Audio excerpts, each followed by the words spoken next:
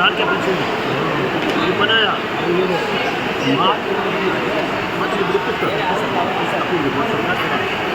ನಾವೊಂದು ಆರೋಗ್ಯ ಶಿಬಿರವನ್ನ ಏರ್ಪಾಡು ಮಾಡಿದ್ವಿ.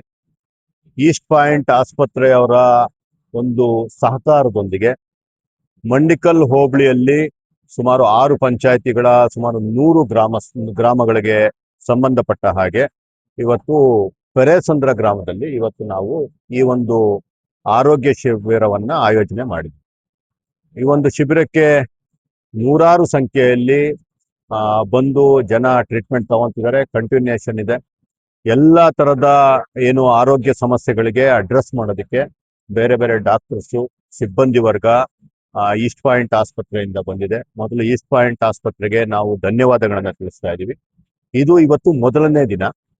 ಇದೇ ರೀತಿ ನೆಕ್ಸ್ಟ್ ಮುಂದಿನ ಒಂದು 4-5-6 ವಾರಗಳವರೆಗೂ ಬೇರೆ ಬೇರೆ ಭಾಗದಲ್ಲಿ, ಚಿಕ್ಕಬಳ್ಳಾಪುರ ವಿಧಾನಸಭಾ ಕ್ಷೇತ್ರದ ಬೇರೆ ಬೇರೆ ಭಾಗದಲ್ಲಿ ಪ್ರತಿ ವಾರ ಅಥವಾ 10 ದಿವಸಕ್ಕೊಂದ್ಸಲ ಈ ತರ ಪ್ಲಾನ್ ಮಾಡ್ತಾ ಇದ್ದೀವಿ.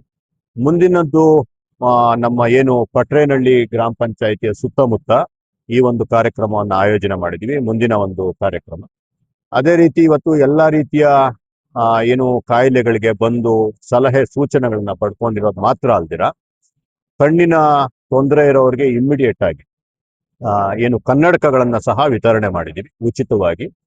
ಜೊತೆಗೆ ಯಾರು ವೃದ್ಧರಿದ್ರು ಅವರಿಗೆ ಒಂದು ವಾಕಿಂಗ್ ಸ್ಟಿಕ್ ಅನ್ನ ಕೊಟ್ಟು, ನೀವು ಸಮಾಜದಲ್ಲಿ ನೀವು ಒಬ್ಬರೇ ಅಲ್ಲ, ನೀವು ಒಂಟಿ ಅಲ್ಲ, ಆ ವಾಕಿಂಗ್ ಸ್ಟಿಕ್ ಏನಿದೆ ಅದನ್ನ ನಾವು ಸಾಂಕೇತಿಕವಾಗಿ ಕೊಟ್ಟಿದ್ದೀವಿ. ನಿಮ್ಮೊಂದಿಗೆ ನಾವಿದ್ದೀವಿ.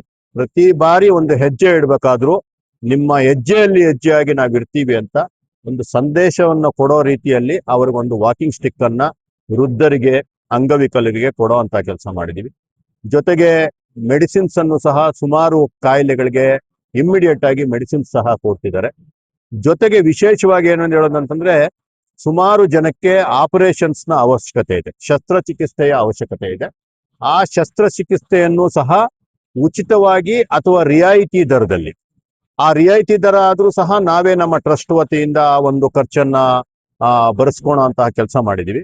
ಅದಕ್ಕೆ ಈಗ ಇದೇ ಸೋಮವಾರ ಅಂದ್ರೆ ನಾಡಿದ್ದು ಯಾರ್ಯಾರಿಗೆ ಆ ರೀತಿಯ ಶಸ್ತ್ರಚಿಕಿತ್ಸೆಯ ಅವಶ್ಯಕತೆ ಇದೆ ಅವರೆಲ್ಲರನ್ನೂ ಸಹ ನಾಡಿದ್ದು ಬೆಳಗ್ಗೆ ಇದೇ ಒಂದು ಪಾಯಿಂಟ್, ಇದೇ ಒಂದು ಇದು ನಮ್ಮ ಚೌಲ್ಟ್ರಿ ಏನಿದೆ, ನಂಜುಂಡೇಶ್ವರ ಚೌಲ್ಟ್ರಿ, ಇಲ್ಲಿಂದ ನಾವು ಎಲ್ಲಿಗೆ ನಮ್ಮ ಈಸ್ಟ್ ಪಾಯಿಂಟ್ ಹಾಸ್ಪಿಟಲ್ಗೆ ಕಳಿಸ್ಕೊಡೋ ಅಂತಹ ಕೆಲಸ ಮಾಡ್ತಾ ಇದೀವಿ. ಯಾರು ಅವ್ರು ಇದಾರೋ ಅವ್ರಿಗೆಲ್ಲರನ್ನೂ, ಕೆಲವ್ರಿಗೆ 3 ದಿವಸಕ್ಕಾಗ್ಬೋದು, ಕೆಲವ್ರಿಗೆ 15 ದಿವಸಕ್ಕೆ ಬೇಕಾಗ್ಬೋದು, ಇನ್ನೊಂದಷ್ಟು ಜನಕ್ಕೆ ಫಿಸಿಯೋಥೆರಪಿ ಅಂತೆ ಬೇರೆ ಬೇರೆ ಟ್ರೀಟ್ಮೆಂಟ್ಸ್ ಹೇಳಿದ್ದಾರೆ. ಎಲ್ಲ ಟ್ರೀಟ್ಮೆಂಟ್ಗಳಿಗೂ ಅವ್ರನ್ನ ಕರ್ಕೊಂಡು ಹೋಗುವಂತ ಕೆಲಸ ಮಾಡ್ತೀವಿ. ಉಚಿತವಾಗಿ ಅವರಿಗೆ ಅಲ್ಲಿ ಶಸ್ತ್ರಚಿಕಿತ್ಸೆ ಅಥವಾ ಮತ್ತು ಇತರ ಚಿಕಿತ್ಸೆಗಳನ್ನ ಕೊಡಿಸುವಂತಹ ಕೆಲಸವನ್ನ ನಾವೀಗ ಮಾಡ್ತಾ ಇದ್ದೀವಿ. ಎಲ್ಲ ಇಲ್ಲಿ ಯಾರು ಬಂದಿದ್ರು ಸವಿನಯವಾಗಿ ನಿಮ್ಮ ಮುಖಾಂತರ ಪ್ರಾರ್ಥನೆ ಮಾಡ್ತಾ ಇದ್ದೀನಿ. ಯಾರಿಗೆ ಶಸ್ತ್ರಚಿಕಿತ್ಸೆ ಅಥವಾ ಮುಂದಿನ ಹಂತದ ಚಿಕಿತ್ಸೆಗೆ ಬರಕ್ ಹೇಳಿದ್ದಾರೆ, ದಯವಿಟ್ಟು ಸೋಮವಾರ ಇದೇ ಜಾಗಕ್ಕೆ ಬನ್ನಿ. ನಿಮ್ಮನ್ನ ನಮ್ಮದೇ ವಾಹನಗಳಲ್ಲಿ ನಿಮಗೆ ಹಾಸ್ಪಿಟ್ಲ್ಗಳು ಕಳಿಸ್ಕೊಡೋ ಅಂತಹ ಮತ್ತು ವಾಪಸ್ ಸಹ ಕರ್ಕೊಂಡ್ ಬರುವಂತಹ, ಅಲ್ಲಿ ಟ್ರೀಟ್ಮೆಂಟ್ ಇದ್ದು ಅಲ್ಲಿ ಉಳ್ಕೊಳೋ ಅಂತಹ ವ್ಯವಸ್ಥೆ ಎಲ್ಲವನ್ನು ಸಹ ನಾವು ಹಾಸ್ಪಿಟಲ್ ಜೊತೆ ಮಾತಾಡಿದೀವಿ. ದಯವಿಟ್ಟು ಈ ಒಂದು ಸೌಲಭ್ಯವನ್ನ ಎಲ್ಲ ನನ್ನ ಗ್ರಾಮಸ್ಥರು, ಸುತ್ತಮುತ್ತಲಿನ ಗ್ರಾಮಸ್ಥರು ಉಪಯೋಗಿಸ್ಕೊಬೇಕು, ನಾಗರಿಕರು ಅಂತ ಈ ಮುಖಾಂತರ ಕೇಳ್ಕೊಂತ ಇದ್ದೀನಿ. ಸರ್, ಈಗ ಈ ಒಂದು ಆರೋಗ್ಯ ಶಿಬಿರಗಳಿಂದ ಕ್ಷೇತ್ರದ ಬೇರೆ ಬೇರೆ ತರ ಅನುಕೂಲ ತೋರಿಸಿದೆ. ಅದು ವಿಧಾನಸಭಾ ಕ್ಷೇತ್ರ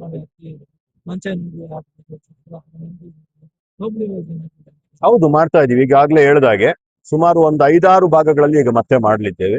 ಆ ಒಂದು ವ್ಯವಸ್ಥೆಗಳನ್ನು ಸಹ ಮಾಡ್ಕೊಂಡಿದೀವಿ. ಈಗಾಗಲೇ ಇನ್ನೊಂದು 2-3 ದಿವಸದಲ್ಲಿ ಅದರ ಅನೌನ್ಸ್ಮೆಂಟ್ ಹೊರಗಡೆ ಬರುತ್ತೆ, ಎಲ್ಲಿ ಮಾಡ್ತಾ ಇದೀವಿ ಏನು ಅಂತ. ಅದ್ರ ಪ್ರಕಾರ ಆವತ್ತು ಆ ಭಾಗದಲ್ಲಿ ಏನಂದ್ರೆ ಜನಕ್ಕೆ ಒಂದು 4-5 ಕಿಲೋಮೀಟರ್ ಹತ್ತಿರದಲ್ಲಿ ಬಂದು ಅವರು ಟ್ರೀಟ್ಮೆಂಟ್ ತಗೊಳ್ಳೋ ಅಂತಹ ಕೆಲಸ ಆಗಬೇಕು. ಜೊತೆಗೆ ಇವತ್ತು ಯಾರ್ಯಾರು ಅವ್ರವ್ರದೇ ವೆಹಿಕಲ್ ಅಲ್ಲಿ ಬರಕ್ಕಾಗುತ್ತೋ ಬಂದಿದ್ದಾರೆ. ಜೊತೆಗೆ ನಾವು ಸಹ ಒಂದು ಆಟೋಗಳನ್ನ ಮತ್ತೆ ಬೇರೆ ರೀತಿಯ ಒಂದು ಟ್ರಾನ್ಸ್ಪೋರ್ಟ್ ಒಂದು ವ್ಯವಸ್ಥೆ ಮಾಡಿ, ಯಾರ ಕೈಯಲ್ಲಿ ಬರಕ್ಕಾಗಲ್ಲ ಅಂತವ್ರನ್ನ ಬರೋದಕ್ಕೆ ಮತ್ತೆ ಬಂದು ಕರ್ಕೊಂಡು ಹೋಗೋದಕ್ಕೆ ಒಂದು ನಮ್ಮದೇ ಆದಂತಹ ಹುಡುಗರು ಏನಿದ್ದಾರೆ, ನಮ್ಮ ಒಂದು ಭಗತ್ ಸಿಂಗ್ ಚಾರಿಟೇಬಲ್ ಟ್ರಸ್ಟ್ ನ ಟೀಮ್ ಏನಿದೆ, ಇವರೆಲ್ಲರೂ ಸೇರಿ ಆ ಒಂದು ಜನಗಳನ್ನ ಕರ್ಕೊಂಡು ಹೋಗಿ ಬಿಡೋ ಅಂತ ಕೆಲಸ ಸಹ ಇವತ್ತು ನಾವು ಮಾಡ್ತಾ ಇದೀವಿ. ಒಂದು ಕಡೆ ಮಾತನಾಡ್ತಾ 28ನೇ ಇಸ್ವಿ ಎಲೆಕ್ಷನ್ ಅಲ್ಲಿ ಪಕ್ಷ ನನಗೆ ಅವಕಾಶ ಕೊಟ್ಟರೆ ನಾನೇ ನಿಲ್ತೀನಿ, ಅಥವಾ ನಾನು ಯಾರು ಸೂಚಿಸ್ತೀನೋ ಅವ್ರಿಗೆ ನೀವು ವೋಟ್ ಮಾಡಿ ಅಂತ ಹೇಳಿದ್ದಾರೆ. ಡೆಮೋಕ್ರೆಟಿಕ್ ಸಿಸ್ಟಮ್ ನಲ್ಲಿ ಇದನ್ನ ನೀವು ಒಪ್ತೀರ? ಇಲ್ಲ ನೋಡಿ, ಅವರು ಯಾರು ಏನೇ ಹೇಳಿದ್ರು ಸಹ ಬಿಜೆಪಿ ಪಕ್ಷದ ಸಂಸದರಿದ್ದಾರೆ, ಬಿಜೆಪಿ ಪಕ್ಷದ ಅಧಿಕೃತ ನಾಯಕರಿದ್ದಾರೆ. ನಿಜಕ್ಕೂ ಸಹ ಯಾವ್ದಾದ್ರು ಒಂದು ಮುಂದಿನ ಎಲೆಕ್ಷನ್ಗಳು ಇನ್ನೊಂದು ಯಾವ್ದಾದ್ರು ಬಂದಾಗ ಅವರ ಅಭಿಪ್ರಾಯವೂ ಸಹ ಅದಕ್ಕೂ ಸಹ ತುಂಬಾ ಒಂದು ತೂಕ ಇರ್ತದೆ ಅವರ ಅಭಿಪ್ರಾಯಕ್ಕೆ. ಇಲ್ಲಿ ನಮ್ಮ ಬಿಜೆಪಿ ಪಕ್ಷದಲ್ಲಿ ಯಾವುದೋ ಒಂದು ವ್ಯಕ್ತಿಯ ಹಿಂದೆ ಕೆಲಸ ಆಗೋದಲ್ಲ, ಸಾಂಘಿಕವಾಗಿ ಡಿಸಿಷನ್ ನ ತಗೊಳ್ಳೋ ಅಂತದ್ದು ಮೊದಲಿಂದ ಆಗ್ತಾ ಇರುವಂತ ರೀತಿ. ಅದೇ ರೀತಿ ನಾಯಕರು ಅಂತಂದಾಗ ಅವರ ಮಾತಿಗೆ ಒಂದು ತೂಕ ಜಾಸ್ತಿ ಇರ್ತದೆ.